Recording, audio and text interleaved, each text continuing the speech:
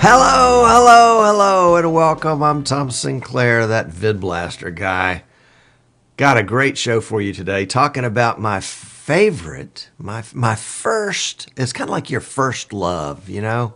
My first love was VidBlaster, the very first live excuse me. Maybe we ought to just start the whole thing again. My very first live production software was VidBlaster, and just fell in love with the whole process and learned how to use it in minutes. It was so easy to use, and I continue to think it is the easiest live video production software to use. Welcome to the show. Today, the concept behind this show is that one guy with one PC can do an awesome broadcast with the right equipment, of course. And I think VidBlaster is part of that right equipment package. And I want to share with you about that today. I think it's going to be a lot of fun. Today we're going to talk about, in the U.S., it's tax day, April 15th. Everybody that's dilly-dallied and procrastinated is going to be up late tonight working on their taxes, hoping that the internet holds so they can file them electronically. I just filed mine a little while ago. But I did get a call from my son last night saying, "Dad, help." Anyway, we got it worked out. He got filed too. So we want to talk about tax day. And then also I've got a couple of Q&As to help you with on VidBlaster. Just kind of some, what would we call them? Unique situations, oddball situations, anomaly situations. Yeah, something like that. But first, let's talk about tax day. Tax day is when the government takes everything away from you here in the U.S. So we're going to go to the opposite end of that spectrum. We're going to roll back the clock 3.5 months and a week. And it's Christmas. Yay! We're not talking about taxes, taking stuff away. We're talking about giving stuff and getting stuff back. You remember in the Christmas show we talked about what do we want from VidBlaster this year? Well, here we are 3.5 months into the year, and I'm looking at my Christmas list for VidBlaster, and I'm still waiting for some of it. And I'll tell you, what's tops on my Christmas list, well, it's kind of a toss-up. And I'm not sure which one I want the most. Well, yeah, I am. I'll let you in on this. How about that?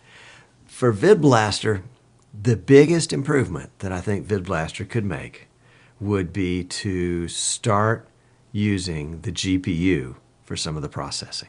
Take the load off the CPU. You know, right now we're doing 75%, and we're broadcasting 720 because Wirecast is encoding that for us. But really, this production is only a 480p production. If VidBlaster would use the GPU for processing, we could go to 720 on an i7 and still have CPU horsepower left over. That's right. That's right at the edge of where we are, I think. VidBlaster was such a memory hog in the beginning. Boy, you couldn't. It was a struggle to get standard definition on a PC. And, you know, here today, this show is being broadcast, or at least from VidBlaster's standpoint, 30 frames a second, 864 by 480 resolution. And then Wirecast takes over after that. But we're running three effects modules. 2 of those are chroma key, and so that makes a lot of CPU cycles zip through. So if VidBlaster could use the GPU, the graphic processing unit, the video card to do more of the video processing. I think it does a little bit with chroma key. But boy, if we could take advantage of the extra horsepower that's just sitting there idling, not getting to do anything with the GPU, that would be incredible. That would be incredible. That's what keeps some people from using VidBlaster right now, is that they can't do HD with an i7. Can't do HD with an i7, at least not and have a full production. Like I'm running 2730 modules, something like that right now. And when I bump it up to 720, I can't stream or record. I can't stream and record because it's too much CPU. So that's what I want for Christmas, number one. Number two, this is a new one. And it just kind of came on my radar. This comes on my radar periodically, but it came on my radar in a big way this week, is if you have a talk show kind of like this one, and you like to have guests on, and by the way, I've got a bunch of guests coming up. I'll tell you about that at the end of the show. If you have guests on, your guests are likely coming through Skype or Uvu or a implementation somewhere of WebRTC. What if you could have WebRTC integrated right into VidBlaster so that all you had to do was click a link, put in an address, or better than that, have VidBlaster generate the URL, and then you message it to your guest and say, this is your URL, sign in and we'll grab you. And now you've got the video, you got the audio, you're sending and receiving audio that now you have to go through all sorts of hoops to be able to make it work right in terms of sending the guest audio and sending the guest video and then picking up the guest's audio and somehow routing that into your mixer to have it into VidBlaster. If that could happen in one module, WebRTC in one module, wouldn't that be stunning? That would be just stunning. Welcome, Jerry. Glad you're here. If it could happen with multiple modules, that is, multiple guests, that would be a game changer. Wow. Wow. That would be stunning. To be able to suddenly, I'm talking to Amnon Nissan now with Computers 2K now, his Sunday morning talk show up in North Carolina. And I think it's Computers 2K, the numeral 2 and then the letter K, 2know.com, NissanCommunications.com. If you could do that, boy, that would just lighten the load. Between that, WebRTC implementation, and GPU processing, it would just blow the socks off. Blow the socks off. Those are the number one and number two. GPU, using the GPU to process video in VidBlaster. Number two, have a WebRTC implementation, integration. Something that would not just capture video, and this would kind of be going into new territory a little bit with VidBlaster, but would also capture the audio. And then next on my list is kind of like refinements. You know, a little polish here and a little polish there. Little things like when I open a player, when I go to the player module and I want to open it so I can load a file, I want it to open in the subdirectory that I used the last time I used the player. I don't want it to open in a default subdirectory. I want it to follow me where I went. Little stuff like that, ease of use kind of things. I want the macro function to be something that I can do a drop down with, and I don't have to type in everything, because I'll misspell it and then I can't find it, and it doesn't work right when that happens, when you misspell it.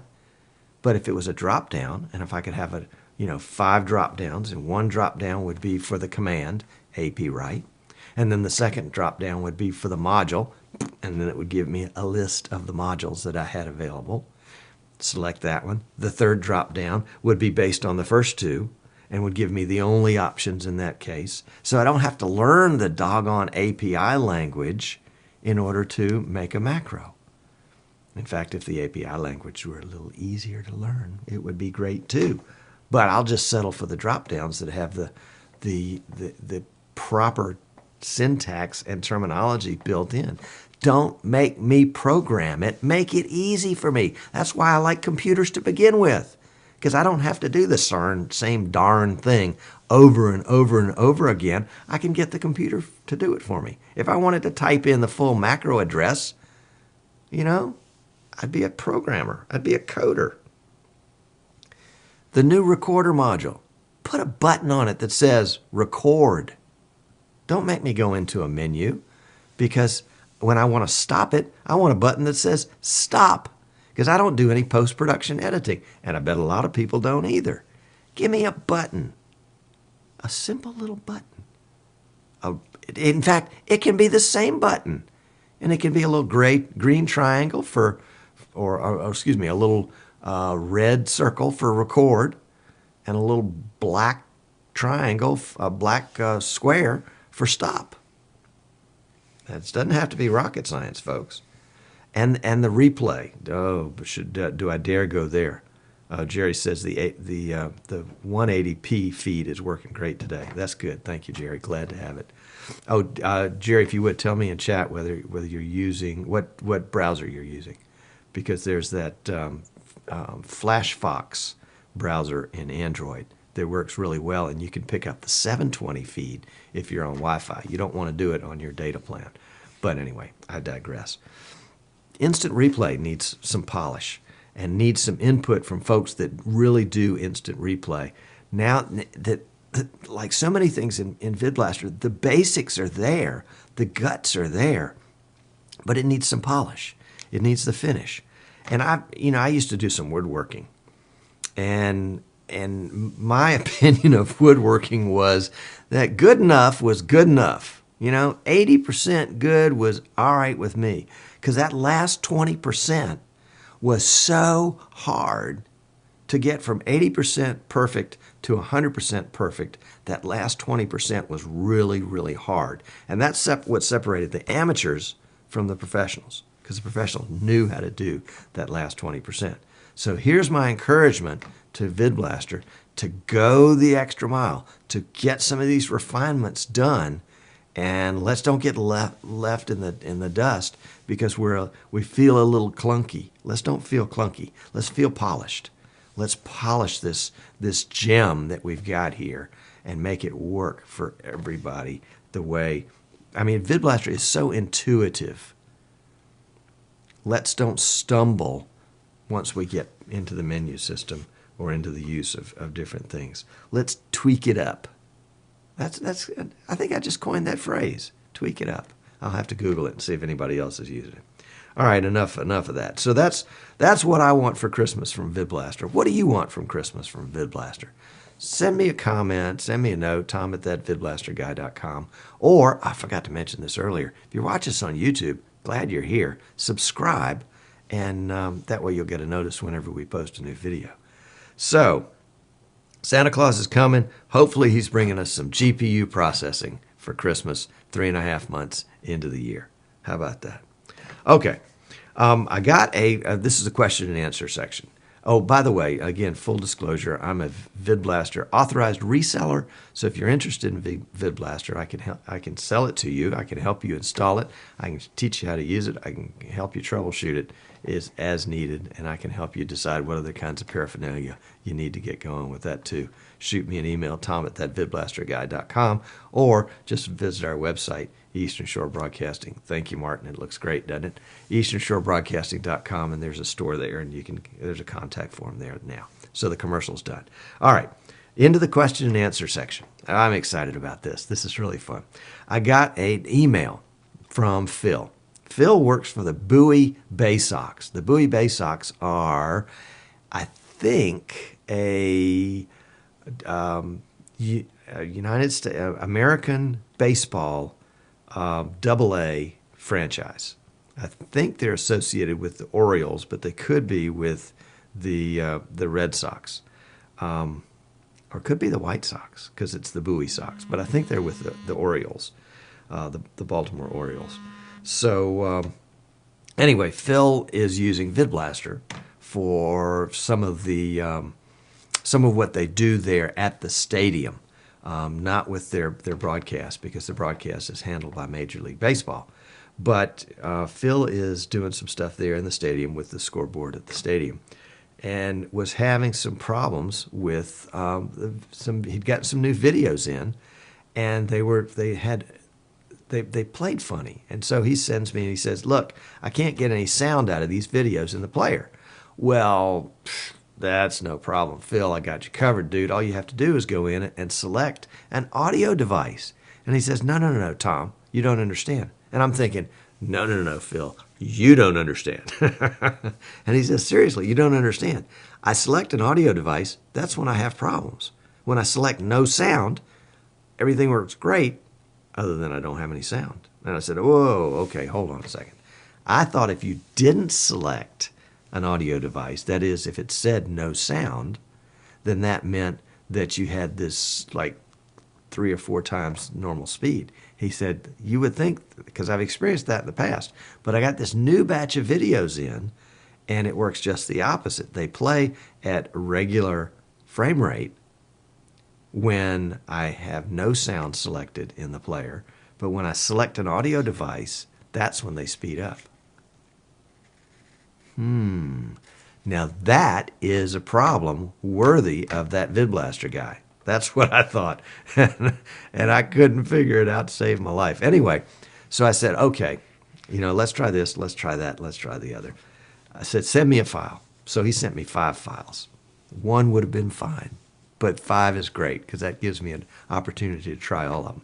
And I tried all of them in 2 systems, and they operated exactly like he said. They went way too fast when there was an audio device selected, and when there was no audio device selected, i.e. no sound, they played at normal pace. I said, this can't be, something's screwy here. The fact that it's happening on my system and on his system means it's not a computer thing. That is, one of the things that you generally think about when you're getting some sort of accelerated video or problems with the audio or something like that in a player or in the recorder for that matter, that there might be a codec that got installed. Let's say you tested out some video editing software that was $9.99 at Walmart, and you decided you didn't like it, so you got rid of it. Well, it may have left some codecs or something like that on your system. And he said, no, it's never ever been used for anything like that. So that scrapped that out. Plus, it did the same thing on my systems, which I know mine are clean. So I said, it's got to be the video. And there's a piece of software out there called Handbrake. It's a free download. I think it's handbrake.fr because it's French. But if you just Google Handbrake software, you'll get it. And so I downloaded and installed Handbrake. I generally don't do that on my production PC, but I wanted to do it because I knew it would be really fast in encoding when the time came. And I loaded up one of the files, and well, let me show you. I did a video because I think I'm going to send it to the VidBlaster forum, which, by the way, is VidBlaster. Yeah, let me get that right. Forum.vidblaster.com. And the VidBlaster forum has a bug section in it. And so what I want to do, and let me go ahead and put this up on the screen, is to show what the different files did. And so what you've got there is VidBlaster with 2 modules installed. The big module is the monitor. The small module is the player. And then in the bottom right-hand corner, I just sort of floated the Windows Media Player in there so you could see. So let me play this video and show you what they were doing.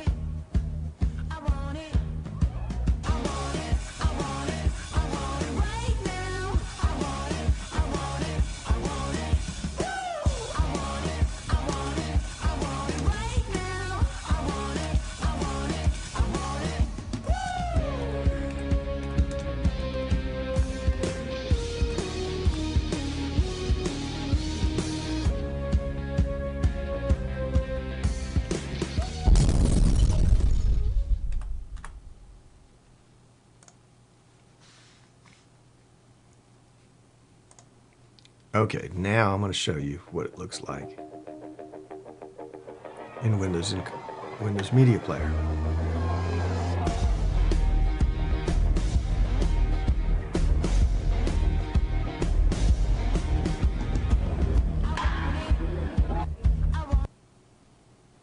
And now we're going to compare the two of them.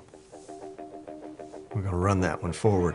I want you to notice at the bottom of the video on the left that's being played in VidBlaster, you've got kind of a mirror effect in the bottom, say, 10th of the screen, and then you've got the black bars right and left.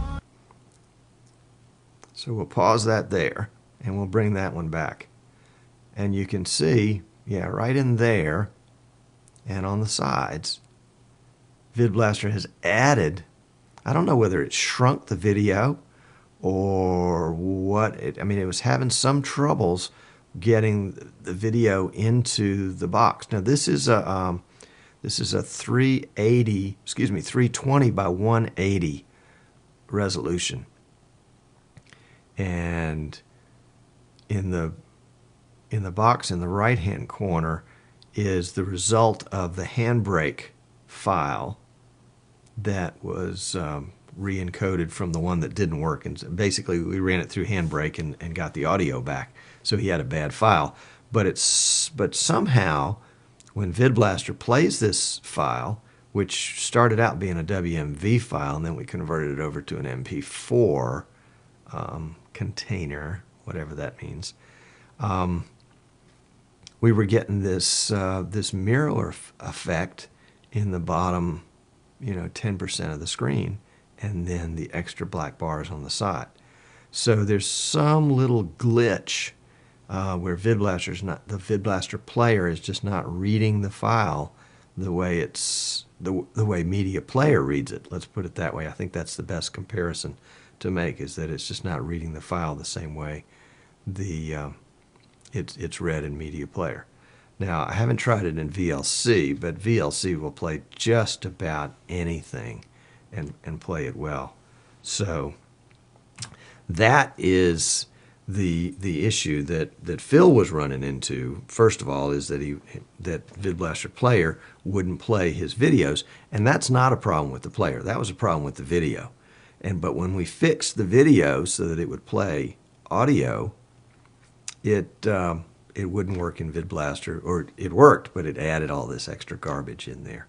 So if you bump into this, send me a note, tom@thatvidblasterguy.com. I'm interested to see how many folks are kind of bumping into this problem, how universal it is, and see if we can't sort of track down where these bad WMV files, or actually it came out of Adobe Premiere Pro.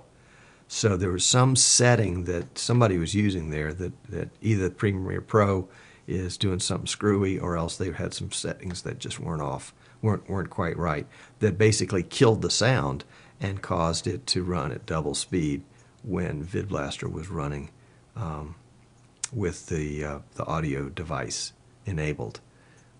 So kind of an interesting little problem, not exactly what we would have expected. But then again, that's almost always the case, not exactly what we expect. I will commend to you the VidBlaster forum, forum.vidblaster.com, and that's a great place to meet up with other VidBlaster users. Last time I checked, there were over 4,000 members in that forum. This morning I was looking at it, and there were 3 registered members there and 61 guests. So there are a lot of folks that are using that forum as a reference point that just haven't registered. I suspect far more than the 4,000 members. So take advantage of it. Go in, set up an account. If you're a licensed user, you get to actually post in the whole thing. But if you're not a licensed user, if you're not a licensed user, you can read it all, but there's just a support forum that you can post in. And that's generally that gets the word across for what folks need.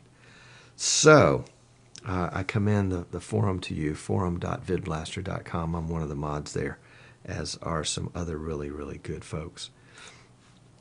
So send me any notes of any videos that are acting funny in VidBlaster. It may not be the same symptom that we're talked about here today, but we'll see if we can't track down what's causing some of these issues.